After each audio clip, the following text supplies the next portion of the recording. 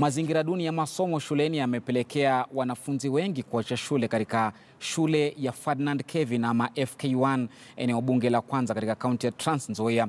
Shule hiyo imekuwa na idadi kubwa ya wanafunzi, lakini kufikia sasa wamebaki wanafunzi 500 pekee kati ya wote 700.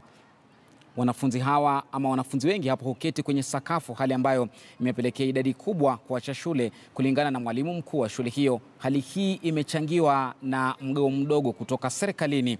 Wamemtaka mbunge wa eneo hilo Ferdinand Wanyonyi kusaidia shule hiyo ili kupitia fedha za maeneo bunge ili kuweza kuinusuru hali hiyo ya shule hiyo kwa sasa. Nitasema kwamba hatuna vifaa vya kutosha. Tukianzia tuseme kwa dawati. Unakuta shule yetu imefikia darasa la 7. Na tamu ya kwanza yote watoto karibu nusu ya darasa walikuwa wanakaa kwa sakafu. Hawajakuwa na madawati. Na darasa hizi zingine ukiangalia darasa la 6, la 5 kurudi nyuma mpaka darasa la kwanza. Watoto hawana mahali pa kukaa. Hatuna dawati kwa darasa.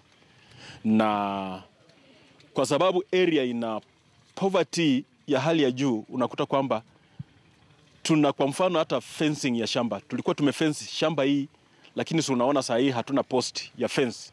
Ni kwa sababu ya vandalism kutoka kwa community. Ni kwa vile watu poverty iko high kabisa.